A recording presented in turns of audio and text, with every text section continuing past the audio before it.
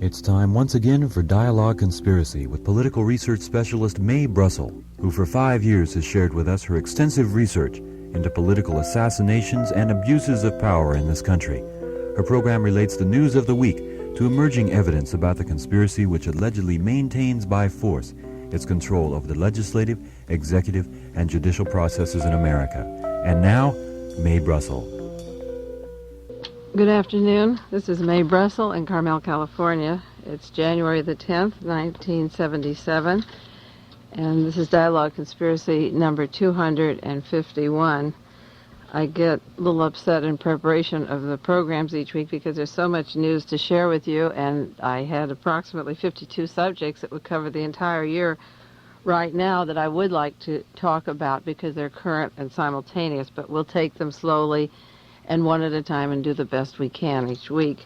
The bulk of the program today is going to be talking about a new book by Howard Blum called Wanted, The Search for Nazis in America, and overlay it with the article that I wrote for Paul Krasner in The Realist in 1972, in the summer of 72, called Why Was Martha Mitchell Kidnapped? And I'm going to talk about the Nixon links to Nazis in America, and the theme of what seems to be the overriding theme of every dialogue conspiracy is the Fourth Reich, which has been developing since the end of World War II, and its roots were very deep into the law office of Richard Nixon.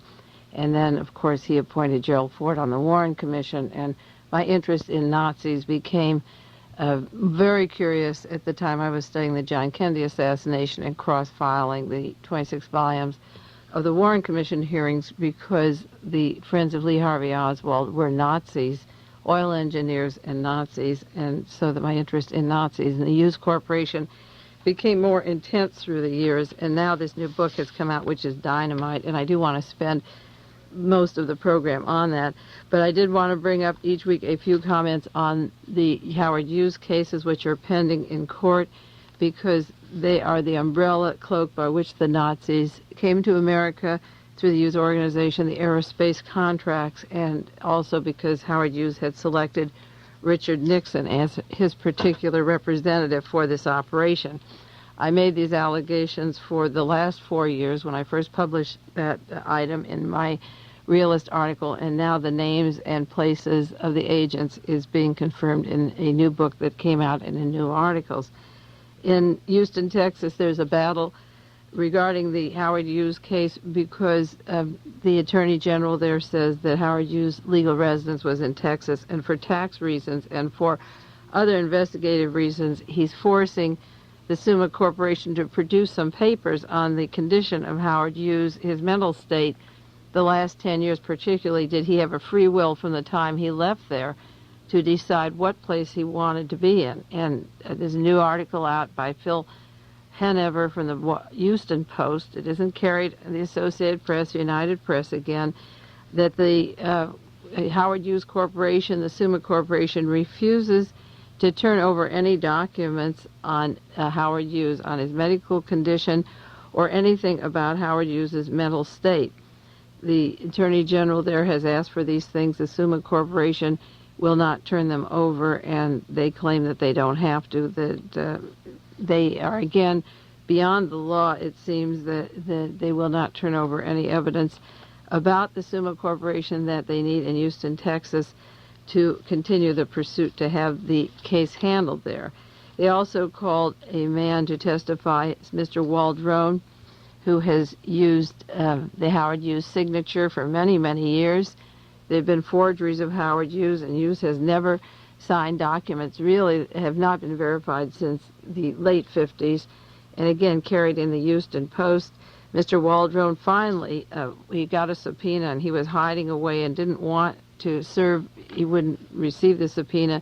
He finally was served with one that he dropped, his hands dropped it, and he appeared willingly in court and claims that just a few months prior to Howard Hughes' death, that he saw Howard Hughes sign a $28 million loan in the Texas Commerce Bank, that Howard Hughes asked for $28 million just prior to his death. Now, this is totally inconsistent with the several aides that worked for Hughes. Hughes was incoherent at that time. He's been drugged and literally a vegetable. And the question is, who received the $33.25 million?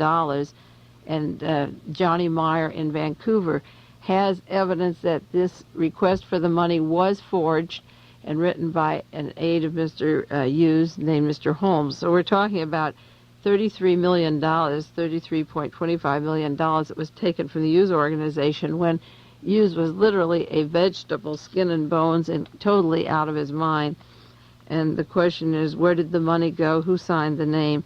And Mr. Waldron did go to court. As I say, he dropped a subpoena that touched the floor and said there's some things he wouldn't answer, but they're trying to find out how this loan was procured, and Johnny Meyer is asking Mr. Holmes to testify also because he has a memo that Howard Hughes didn't sign for the loan. Also, some mortal enemies of Howard Hughes, all part of the Hughes organization at one time, have to appear in Reno. This is a UPI story, but it isn't in our local papers, the New York Times or Washington Post. It has to do with that stock manipulation of Air West. And the defendants are interesting. There's David Charney, a Hughes aide, and Chester Davis, the chief counsel for the Summa Corporation, the Hughes Corporation, and Robert Mayhew. Robert Mayhew was fired in 1970 when this person that I say was not Howard Hughes, this double, was flown to the Bahamas. And Chester Davis replaced him and became part of the Summa Corporation. And these three men were working together for Howard Hughes at the time that there was stock fraud and conspiracy and wire fraud in connection with the purchase of Air West Airlines. So the drama taking place in Reno, Nevada is going to be very interesting. They have been asked to appear for an arraignment. The date will be January 14th. That's 4 days from now. So if we could get a live view of these men, Chester Davis and Robert Mayhew, facing each other, it would be interesting.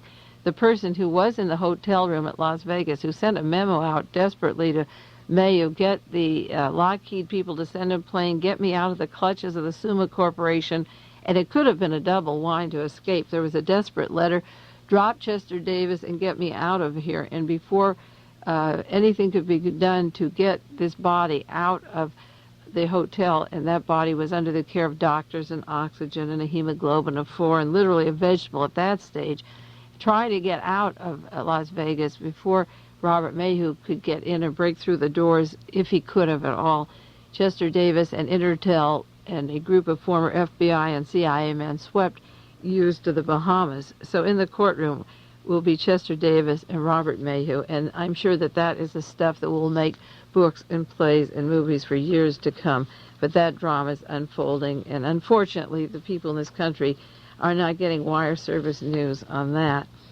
And one brief remark, today's paper had an article, the CIA link to the Cuban pig virus reported, and it says that the CIA did make swine flu, that they had killed 500,000 pigs to starve off the people in Cuba, and that the Central Intelligence Agency has been making swine flu vaccine as a weapon against our so-called enemies overseas. And, of course, you know, if they have that swine flu, they can make it at home. We mentioned swine flu last year.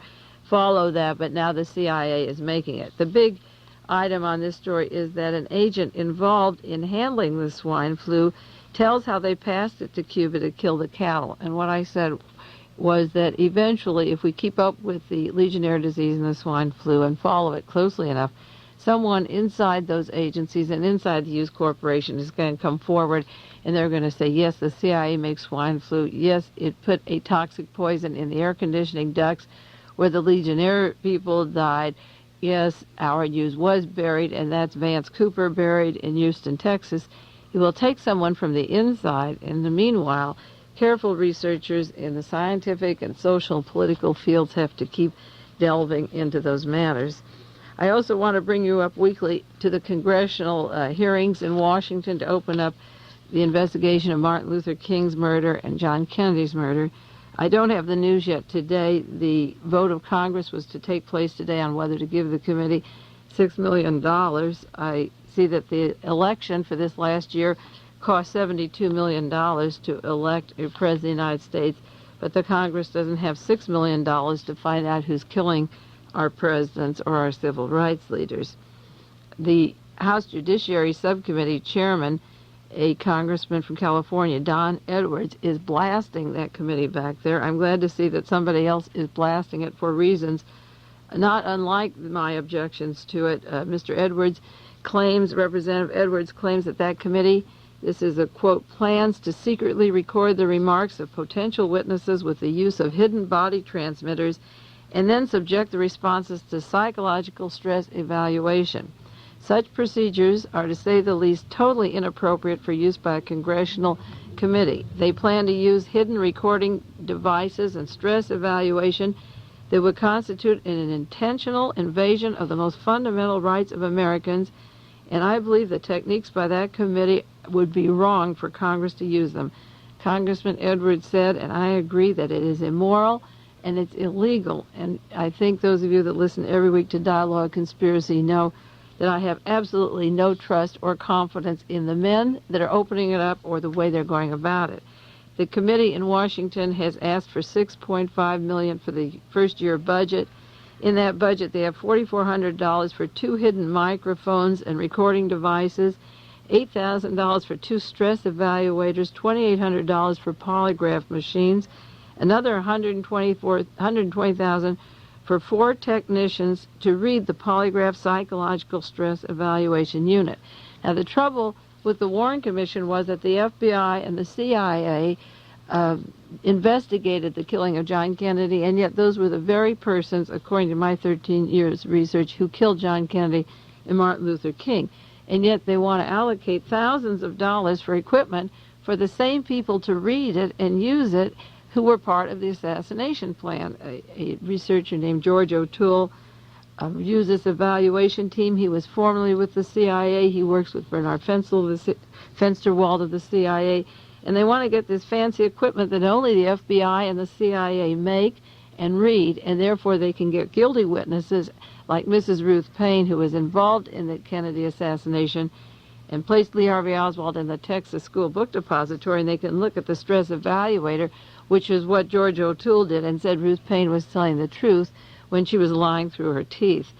Congressman Edwards said, we want to make sure that committee procedures complies with the Constitution of the United States. He says they are treading on the constitutional rights of the citizens of this country, and his objections, he said, will make this committee similar to the House Un-American Activities that Richard Nixon ran and Joseph McCarthy ran, and then all the researchers that have done important work on the John Kennedy assassination, Robert Kennedy, Martin Luther King assassination, will be discredited for being identical to the McCarthy era and will all be thrown down the drain because our techniques are bad.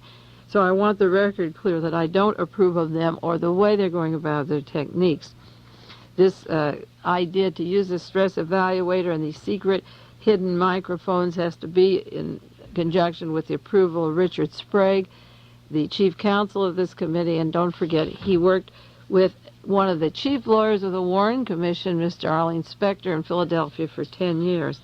They also plan a budget for $3.6 million in salaries for a staff of 170 persons, including 50 investigators. Now, can you imagine anything so absolutely asinine and stupid?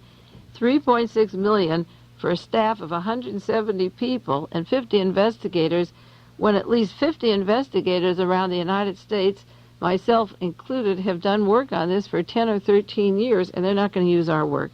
They want $1.7 million for domestic travel. They want $180,000 for international travel. They've already gone down to Mexico and spent money down there when looking for 13-year-old dry leads of somebody Oswald knew or spoke to at the Cuban embassy, if it was even Oswald there, because there was somebody using his name who was photographed there that wasn't Oswald. And they want $425,000 for telephone calls when most of the researchers I know, including myself, are calling them at our own expense. They've also hired 2 New York City cops that were with the Red Squad in New York City, an organization that should itself be investigated, as members of the Warren Commission investigation the second time around. And the whole committee is suspect for many reasons we've gone over on the program. There's a problem now. A gentleman in Texas claims, his name is Richard Lester, that 2 years ago he found a bullet behind the railroad station, and he thinks that it was shot November 22nd. 1963. The FBI said, give us the bullet. We want to test it to Oswald's rifle. The committee said, no, the FBI is under investigation, so you don't have the right to it. So they're having fights back there similar to Representative Pike's committee investigating the CIA last year that took 6 months and used up the salary and didn't do any investigations. They got embroiled in fights, and I don't even think that they need this bullet that was 2 years old. You see, what they'll do is they'll bring in FBI papers, new bullets, new evidence, and instead of using the evidence that researchers have accumulated that points to a high-level government conspiracy that we've done 13 years work with, they don't want to touch that. They bring in a new memo, a new document, a new person who says Oswald's voice was recorded at the embassy. They shouldn't touch the new evidence till every researcher has been allowed to tell what they did, present their bibliography, their conclusions, give them some leads, and then send the team out to it. But they're bringing in a whole team of new people who belong to police departments all their lives, who never believed there was a conspiracy in the first place, and they're going to start from scratch, and they're going to take a few leads, and I think it's a disaster. I don't know what the budget will be voted, but if it were $30 million in 10 years, I doubt that the way they're going about it, they would find it in 10 years, even though the truth is found in many private libraries around the country. Well, now to this wonderful book. This book just came out last week. Harold Blum, he was on national television, Wanted, The Search for Nazis in America. He has a sentence here about Richard Nixon, Herbert Hoover, a man named Mr. Malaxa, and Bishop Trivia. And he said, why did all those Ganefs happen to get together? Ganef is a Hebrew word for a thief. How did they happen to get together? And then he realized and reconstructed the role of Richard Nixon, Herbert Hoover, Mr. Malaxa, and Bishop Trivia, and that realized that they were beginning the Fourth Reich when they all melted together in the early 50s and in the 40s, as a matter of fact, that when World War II was over, that these people teamed together to keep Hitler's wishes alive, and this is the allegation in this book, and this is what my research has been pointing to, unfortunately, all along. Now, in the White House tapes that Nixon is fighting to conceal, he talks about keeping Julie Nixon away from the art galleries because they're run by Jews. He didn't want her there with the Jews. But there was more to the White House tapes that aren't out yet. Alexander Cockburn from the Village Voice in New York City said that there were highly personal comments that included flecks of anti-Semitism. Now, anti-Semitism being heard from Richard Nixon's lips isn't as important because he's only a puppet and a figure as it is to what Richard Nixon does or what he represents. And in my first published article in The Realist, it was in August 1972. I completed it 4 weeks after the arrest at Watergate, but I had been working on the Nixon story, and when they were arrested, the men were arrested at Watergate Hotel, the Nixon story that I was working for, how Nixon actually got into power, fit right to the men at Watergate, and that is how I could break that first story of the links of Richard Nixon to the burglary at the Watergate Hotel. What I said in The Realist in 1972, and I say it again for you today in case you don't have that article and you don't remember it or didn't know that I wrote it, briefly I said Richard Nixon, I'll read it to you from there and then parts from this book that overlap. I said Richard Nixon came to power as a carefully planned person, that it was a strategy. I said the rise of Adolf Hitler and fascism in Germany was carefully planned. It began with the illegal rearmament of the covert army after World War I, the breaking of the Versailles Treaty. In order to get Hitler to power, they had over 400 political assassinations and a perversion of the law courts and the Supreme Court in Germany. The rise of Richard Nixon in the United States was carefully planned. We used the same illegal attitude that they did after World War I in Germany and began bringing secret armies into the United States. And these armies were involved in the killing of John Kennedy, Robert Kennedy, and Martin Luther King. Richard Nixon, the front man and leader of this illegal government, bringing these Nazis here, was mistaken by many intellectuals being a comical person. And yet, on January the 20th, 1969, he was inaugurated President of the United States. John Foster Dulles was Secretary of the State from 1953 to 59, the years that Richard Nixon was vice president. And he had tremendous power and influence over the military and industrial.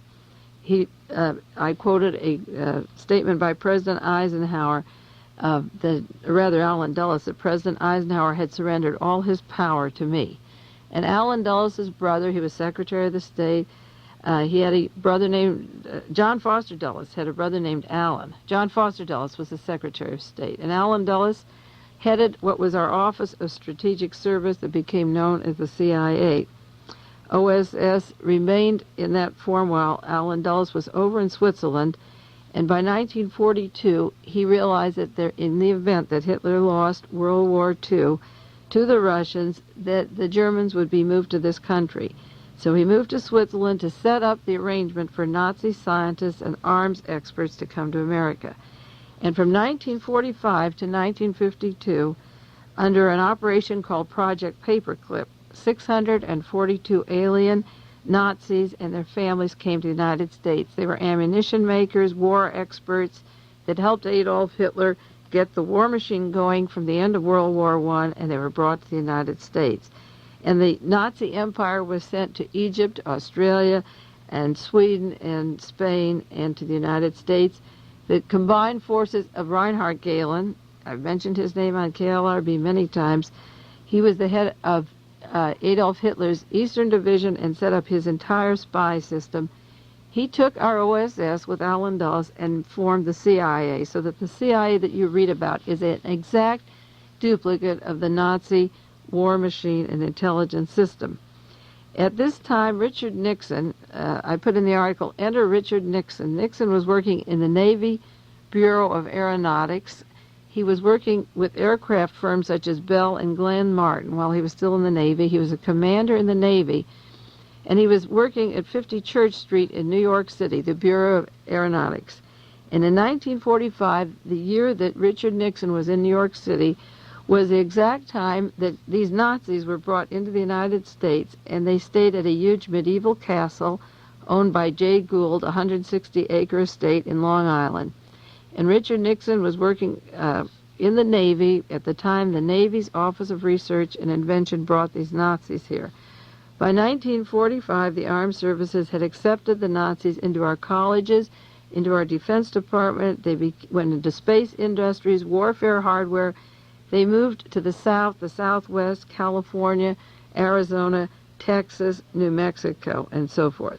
Richard Nixon was serving in the Navy at this time when he got a telephone call from a man named Herman Perry. This was the article that I wrote in 1972. Perry said, "Are you a Republican? Are you available? You will run against Jerry Voorhis in California." And Richard Nixon came out to California, where he met Howard Hughes in the bungalow of the Beverly Hills Hotel. Herman Perry at that time was vice president of Bank of America. Richard Nixon was fairly unknown. His law office before he went into Navy intelligence was in Whittier, California. Richard Nixon then went on to the House of Representatives, where he began to prosecute Alger Hiss. And in the Senate, as he was a senator, he became famous through his work in the House Un-Americans activity, then became a senator, then a vice president, then be president of the United States after John Kennedy and Robert Kennedy were killed. And in my article, I mentioned the name of a man, Isaac Don Levine, who worked with Marina Oswald, getting a communist story out of Marina after Lee Harvey Oswald was dead. And Isaac Don Levine worked with Richard Nixon to help smear Alger Hiss. He worked along with Whittiker Chambers and took him, Chambers was reluctant, took him to the hearings at the time that we made Richard Nixon famous, the House Un-American Activities, that famous Alger Hiss case. Now that is the story I wrote in The Realist about Richard Nixon, how he came to fame, and out comes Mr. Blum's book. It just came out this last week, Howard Blum, and there's a chapter, 2 chapters, in addition to all the massive information I have of Richard Nixon and Nazis. And I want to read you a little bit about Howard Blum's book and tell you about it, because he has the section of Nixon and the Nazis. He talks about a Bishop Trivia who was brought to the White House. He spoke for Radio Free Europe. He talked about Nazis and the glory of the the killing of the Jews. He was a friend of J. Edgar Hoover's. He bragged on Radio Free Europe that J. Edgar Hoover was his friend. At the time that J. Edgar Hoover was vice president of Interpol, which was made up of members of the Gestapo. And Richard Nixon had Bishop Trivia before the U.S. Senate, May the 11th, 1955, to open up the prayers. Well, Bishop Trivia was identified as early as 1941 as the commander of the Iron Guard Corps. He was a radical, extreme, devout Nazi, and he fought in Romania. He belonged to this secret organization called the Iron Guard Corps, which then melded with Hitler. When Hitler went into Romania, the Iron Guard Corps became one. And the source of the guns and tanks for the Iron Corps were supplied by a man named Nicolae Malaxa, M-A-L-A-X-A. This was in Romania in 1941. Mr. Malaxa, he was the wealthiest man in Romania, if not all of Eastern Europe. And he manufactured munitions and artillery factories and controlled the steel and rubber in Romania and Eastern Europe. And Malaxa supplied the Iron Guard and the Nazis, and they in turn supplied ammunition also for the extermination camps. Malaxa was a businessman. He was involved in Romanian politics. He conspired, as I say, both with the Nazis and the Iron Guard.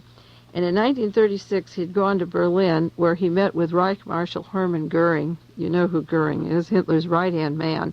Malaxa was manufacturing the arms, the ammunitions, the weapons for all of Eastern Europe in conjunction with Hitler and Hitler's right-hand man, Hermann Goering. And he got so close to Hermann Goering that his business partner became Albert Goering, the brother of Hermann Goering, Hitler's right-hand man. And he continued making weapons through the war. Nicolae Malaxa supplied the police with arms and all the Nazis in Eastern Europe as long as he could. And when the Nazis were defeated, he made friends in Romania and Eastern Europe towards the end of the war with, who would you guess, Grady McClawson, his name is, who was the head of the American OSS.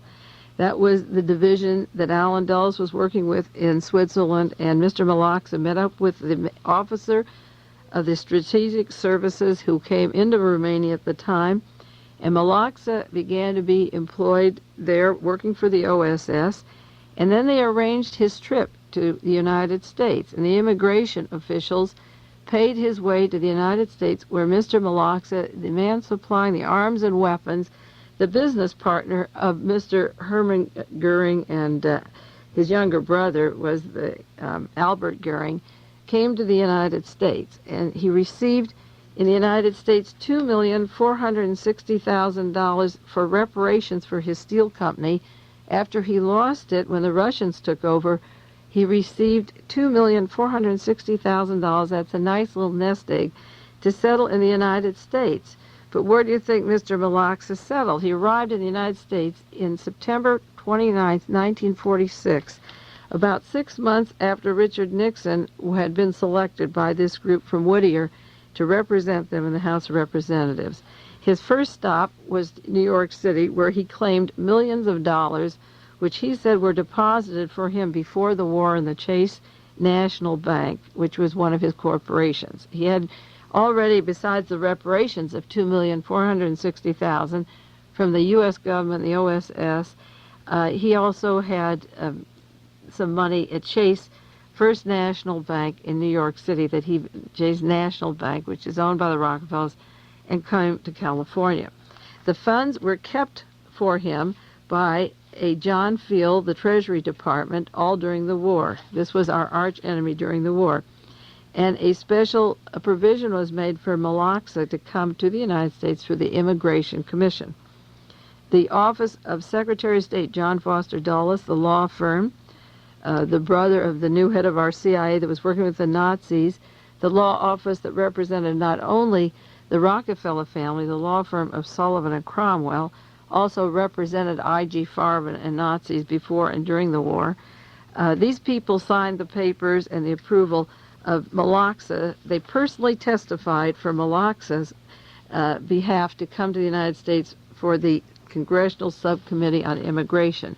So we have this wealthy man from Eastern Europe manufacturing arms and gunpowder, receiving several $1 million in reparations, several $1 million of cash from the Rockefeller Chase banks in New York City, and then getting a immigration permission from the Department of Immigration from John Foster Dulles and Allen Dulles, and the medium by which he got here was the notorious OSS.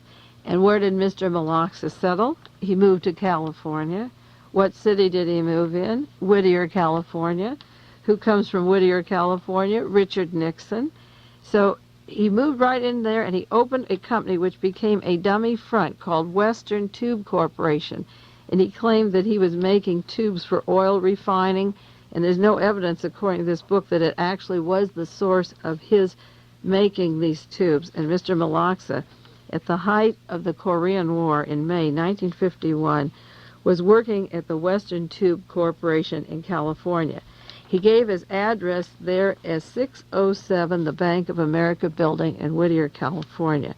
In case we're not familiar with it, that was the law address of Bewley, Croup, and Richard Nixon, the law office. Mr. Malaxa picked up his few $1 million in New York City, his couple $1 million of reparations in addition. He stops in New York for a while to get his cash. He comes to Whittier, California, to the law office of Richard Nixon, and opens up a dummy front called Western Tube. And the excuse for keeping him here during the Korean War was that he was very valuable to the war effort, that he was already making tubes for the Korean War, and that his expertise was important for the war in Korea.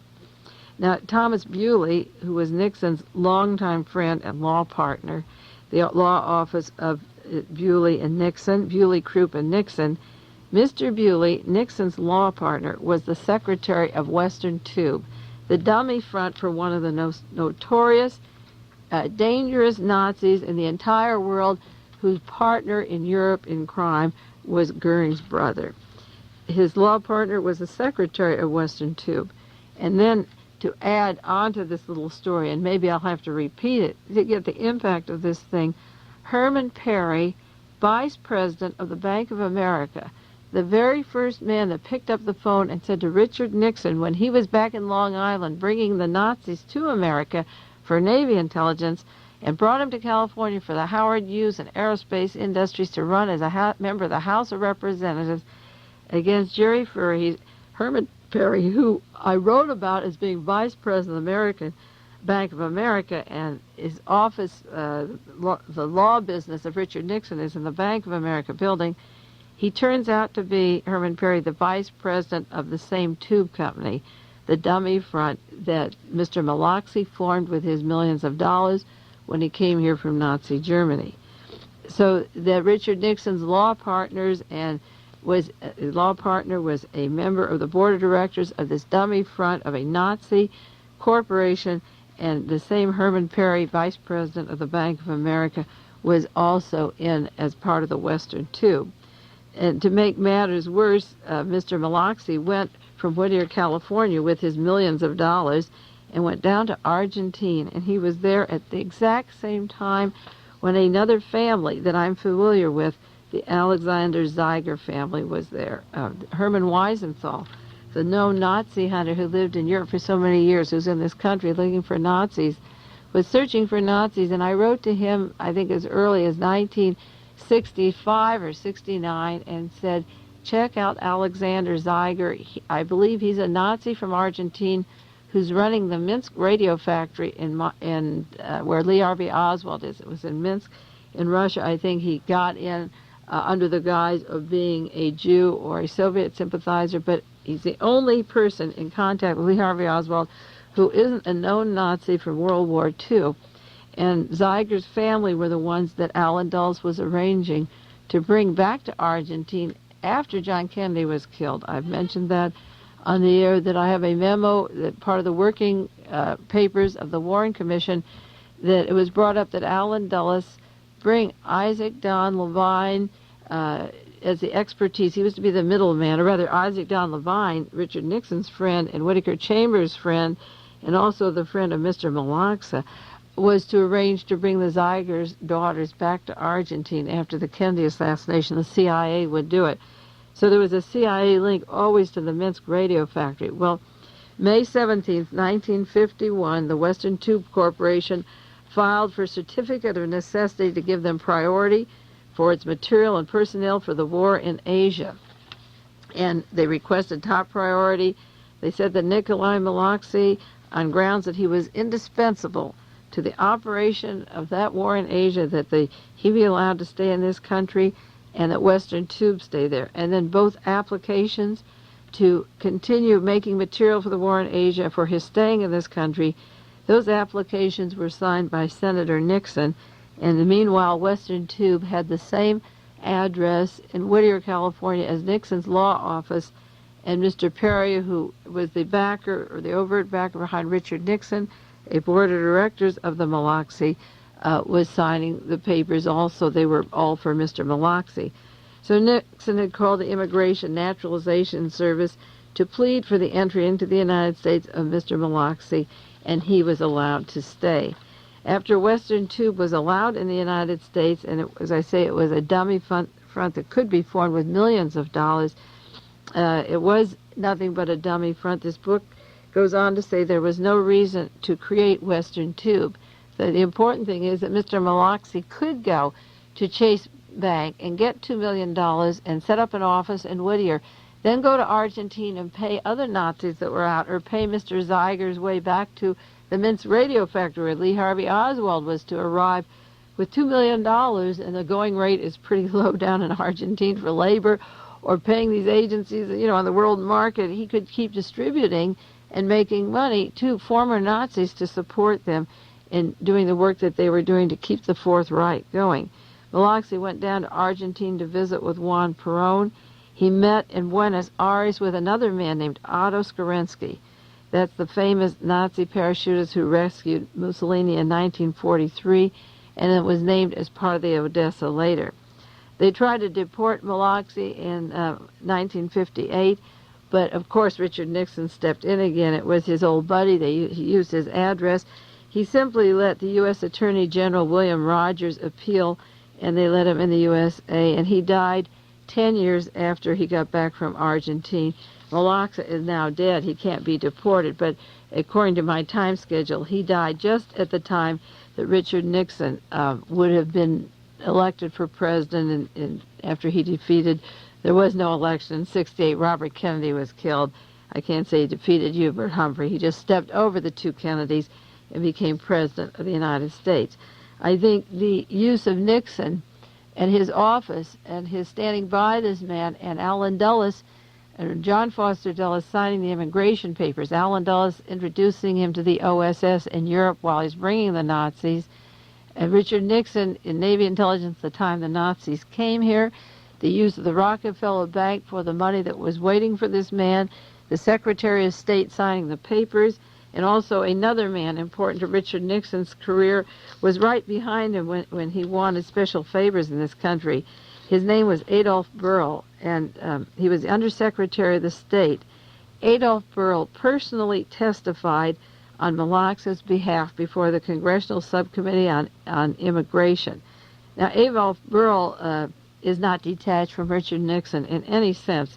As I say, if you get the book Friendship and Fratricide, the story of Whittiker Chambers and Alger Hiss, that tragedy, and the thing that made Richard Nixon famous as a communist hunter, you find that what we had in the United States was exactly the way Hitler came to power, taking people that were public servants, blaming them for being communists, and the same agents were now working in this country that had worked so successfully to get Hitler in power in the first place.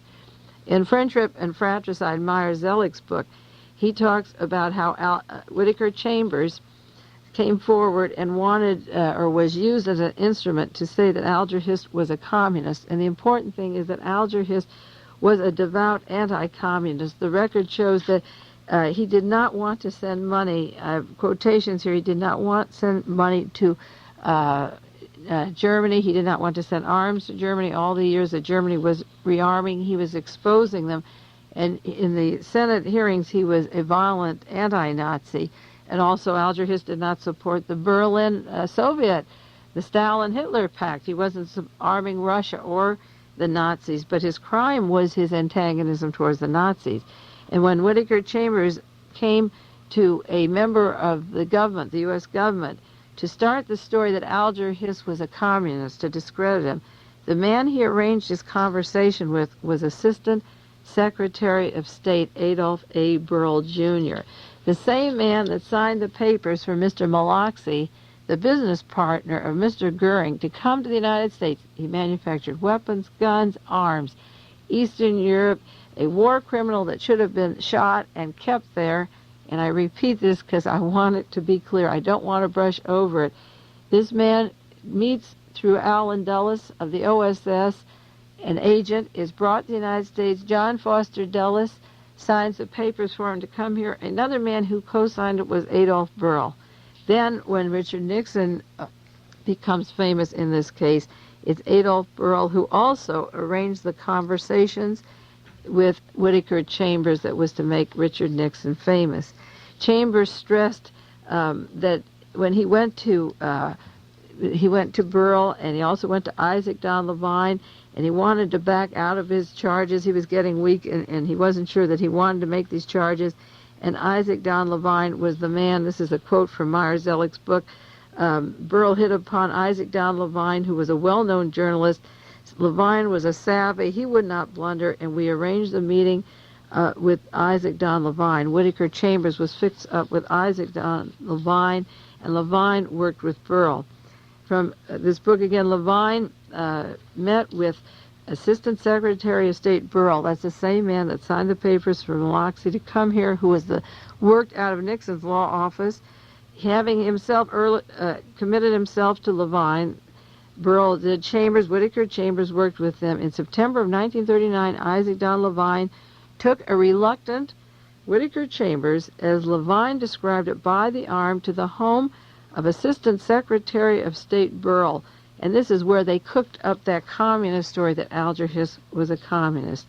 Alger Hiss actually took a position of neutrality against the Nazis when the United States was talking about possibly arming again for another war, and they were concerned about Hitler. There was a Hitler-Stalin pact, and it was Alger Hiss who said we should not give arms to the Nazis.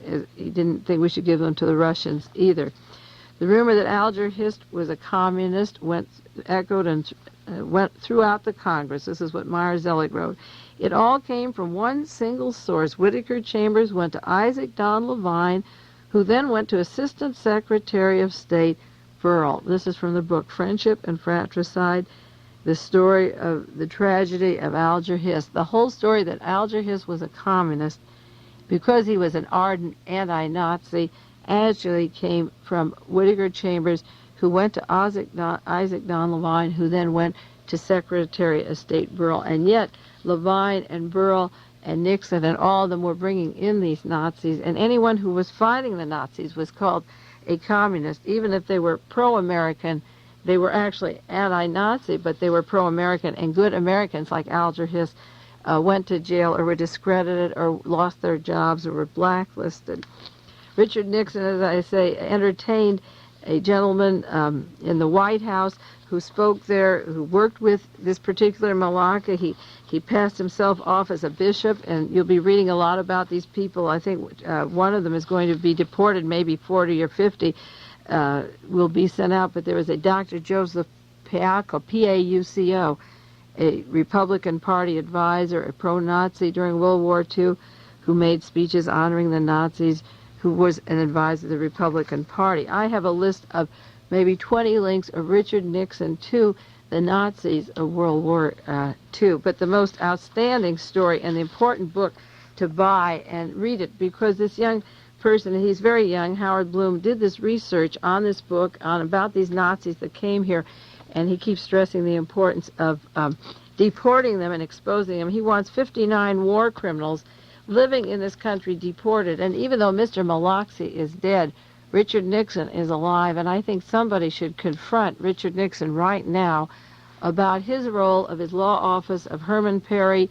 of a man, the vice president of Bank of America, being vice president of a dummy front that got money from the OSS and then went on to be the largest bank in the world. Something is wrong, and if you read about assassinations and germ flus and viruses and death squads and problems in this country, I maintain its origins came from these Nazis in this country, and they won't end until we smoke them out and expose them. Time is up. Went pretty fast. Didn't want to. I'll see you next week on Dialogue Conspiracy. This is Mae Brussell in Carmel, California.